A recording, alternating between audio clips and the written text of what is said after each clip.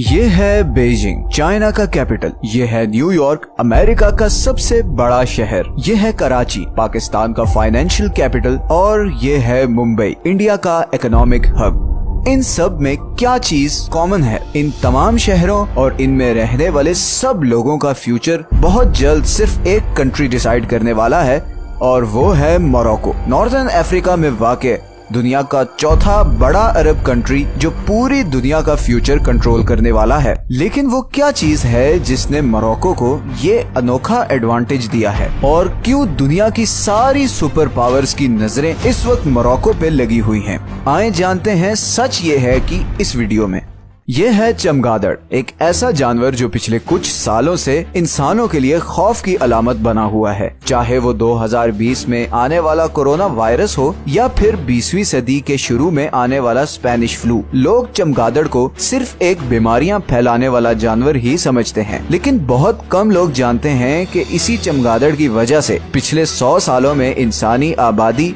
4 गुना बढ़ गई है। 1802 में European explorer Alexander von South America के कंट्री पेरू से गुजर रहा था कि उसने एक बड़ी ही हैरान कुन चीज देखी। असल में पेरू की जमीन एग्रीकल्चर के लिए बिल्कुल भी सूटेबल नहीं है, मगर वहाँ पर लश ग्रीन घास थी और लहलहाते हुए खेत थे। अलेक्जेंडर ने जब वहाँ के लोगों से इसकी वजह पूछी तो उसे पता लगा कि ये लोग चमगादड़ और कुछ समुद्री परिंदों की एक्सक्रीशन अपने खेतों में डालते हैं, जिससे इनकी जमीन कई गुना ज्यादा पैदावार प्रोड्यूस करती थी। अलेक्जेंडर यही नॉलेज वेस्टर्न वर्ल्ड में लेकर आया और फिर इसी को फर्टिलाइजर के तौर पे इस्तेमाल करते हुए वेस्टर्न कंट्रीज ने अपनी एग्रीकल्चरल प्रोडक्शन बढ़ाना शुरू कर दी। 1913 में फिर फ्रिट्ज हाबर ने इसी फर्टिलाइजर को आर्टिफिशियली प्रोड्यूस करने का तरीका डिस्कवर कर लिया। इसी फर्टिलाइजर की वजह से इंसानी आबादी सिर्फ 100 सालों में लिटरली एक्सप्लोड हो गई। 1912 से 2012 तक पूरी दुनिया की आबादी 1.5 अरब से बढ़कर